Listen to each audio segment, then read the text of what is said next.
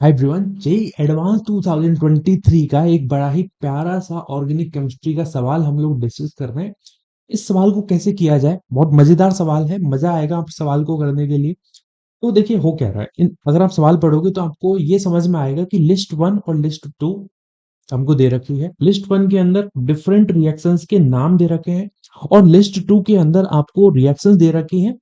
सवाल को जब आप अच्छे से पढ़ोगे तब आपको ये भी समझ में आएगा कि लिस्ट टू से बनने वाले प्रोडक्ट इन नेम रिएक्शंस में किस नेम रिएक्शन के रिएक्टेंट है, या फिर फर्स्ट प्रोडक्ट, फर्स्ट या फिर स्टार्टिंग मटेरियल है। मैं ये कह रहा हूँ, जो ये जो हमको रिएक्शन दे रखी है इनमें से डिफरेंट डिफरेंट प्रोडक्ट्स बनेंगे।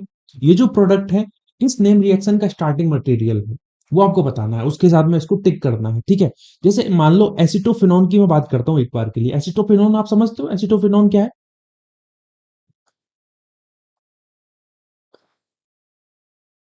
ये हमारा भैंसोद।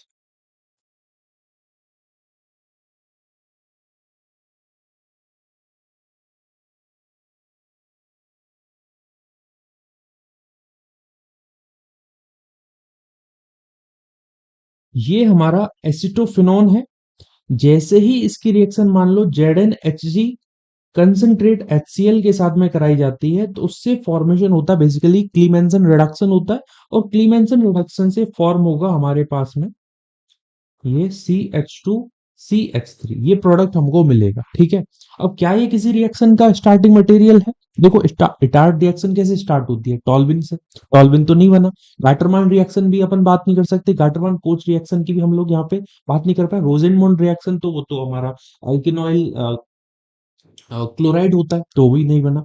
ठीक है, यानी हम देखते हैं इसका किसके साथ में टिक होगा, यानी ये तो किसी के साथ में टिक नहीं हो पा रहा। अब सेकंड की बात करते हैं। टॉल्विन हमको दे रखा है, टॉल्विन के साथ में KMnO4 की रिएक्शन कराइए, KOH की रिएक्शन कराइए। तो अब ये कह सकते हैं सिंपली, इससे क्या चीज बनेगी? टॉल्विन है। याद, अगर आपको एक चीज याद हो कि टॉल्विन के केस में, जैसे टॉल्विन है, यहाँ पर बेंजीन लगी हुई है, बेंजीन के साथ में एक कार्बन है जिसपे 3 अल्फा हाइड्रोजन है। यानी ये कहा जाता है KMnO4, मतलब कोई सा भी ऐसा कार्बन जिसपे यहाँ पर अल्फा हाइड्रोजन प्रेजेंट है बेंजीन से लगे हुए कार्बन के साथ में। अगर कोई भी हाइड्रोजन लगा हुआ है तो हम उसको क्या करा देते हैं, ऑक्सीडाइज करा देते हैं, और फाइनली हमारे पास में यहाँ पर क्या बनेगा? बेंजल्डिहाइड का फॉर्मेशन होगा। ठीक है, अब ये बेंजल्डिहाइड में क्या होगा? बेंजल्डिहाइड को मैं कुछ इस प्रकार से लिख सकता हूँ, देखो। कुछ इस प्रकार से हम लोग बेंजल्डिहाइड को मान लो ऐसे लिखना चाहें, C डबल बॉन्ड OH। इसकी रिएक्शन हम SOCl2 के साथ में अगर कराएंगे, SOCl2 यानी थाइरोल क्लोराइड के साथ में, तो वो H को रिप्लेस कर देगा और बना देगा क्या? Benzoyl chloride. अब ये जो बेंजोइल क्लोराइड है, this is the starting material of Rosenmund reduction. यानी मैं ये कह सकता हूं कि जो हमारा S है उसके साथ में 2 लग गया। यानी या तो हमारा आंसर बी है, या तो हमारा आंसर बी है, या हमारा आंसर 4D हो सकता है। क्योंकि S के साथ में जो 2 लगा हुआ है दो ही में है, या तो अपने पास में बी के साथ में या फिर 2 के साथ में है। अब पी के साथ में आपने इटार्ड रिएक्शन के साथ में ये चीज लगा दी है, तो इसका मतलब आप डायरेक्टली क्या कर सकते हो, अगर आपको जल्दी है तो आप सिंपली डी टिक कर दोगे, ज्यादा आगे आपको बढ़ना नहीं पड़ेगा। बट हम कंसेप्ट को समझना चाहते हैं तो हम सारी चीज करके देखेंगे। जैसे बेंजीन है, बेंजीन की reaction CH3Cl in presence of anhydrous AlCl3 के साथ में कराई जाती है, तो वहां पे क्या चीज बनती है? In that case there is formation of toluene. क्या चीज बनेगी? टॉल्विन का फॉर्मेशन होगा। फ्रीडल क्राफ्ट एल्काइलेशन रिएक्शन होगी। और टॉल्विन जो है, that is the starting material for the Etard reaction. यानी पी के साथ में क्या लग गया? पी के साथ में 3 लग गया। देख सकते हो अभी तक हमारा पी के साथ में 3 है, एस के साथ में 2 है। अब क्यू जिसके साथ में लगेगा, गाटरमान रिएक्शन की जब हम बात करते हैं तो एनिलीन को ऐसा करते हैं। एनिलीन है हमारे पास में, देखिए,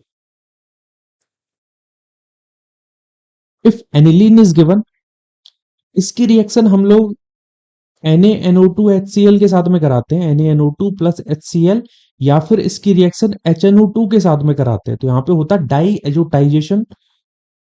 डाई एजोटाइजेशन रिएक्शन होती है, और उस डाई एजोटाइजेशन रिएक्शन से फॉर्म होता है हमारे पास में बेंजीन डाई एजोनियम क्लोराइड, जिसको हम कहते हैं BDC।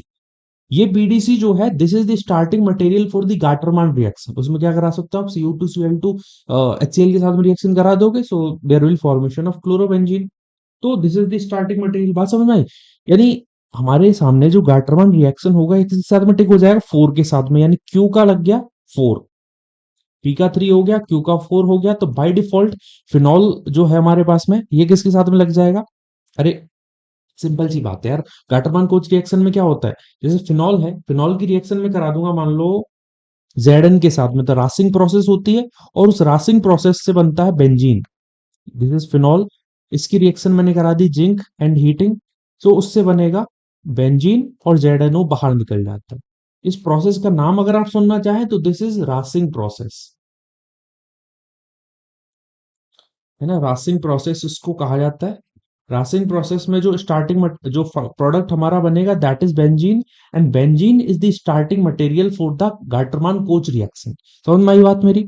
इसका मतलब हमारे सामने S का 2 हो गया, P का 3 हो गया, Q का 4 हो गया, एंड R का हो गया 5। तो इसके अकॉर्डिंग आंसर मैच कर लो, P का 3, Q का 4, R का 5 एंड S का 2। ऐसा कौन सा ऑप्शन है? तो हमारे पास एक ही ऑप्शन बचता है विच इज डी, जो मैंने पहले ही बोल दिया था। अगर आपको जल्दी है तो डायरेक्टली डी टिक कर सकते हो, क्योंकि आपने एस का फाइंड आउट कर लिया, एस का 2 था, एस का 2 दो में ही था, या तो बी है फिर डी है। फिर हमने दूसरी जो चीजें करी उससे हमको पता लग गया यार पी के साथ में 1 तो टिक हो ही नहीं सकता, क्योंकि इटार्ड रिएक्शन में टॉल्विन चाहिए होता है, ना कि इथाइल बेंजीन। बात समझ में आई? इसका मतलब हम लोगों ने डी आंसर बड़ी ही इजीली आसानी तरीके से टिक कर दिया। अगर आपको वीडियो अच्छी लगी है तो वीडियो को लाइक करिए, अपने फ्रेंड्स के साथ में शेयर करिए, और ऐसे ही मोर वीडियोस के लिए आप चैनल को सब्सक्राइब करिए। Thank you very much.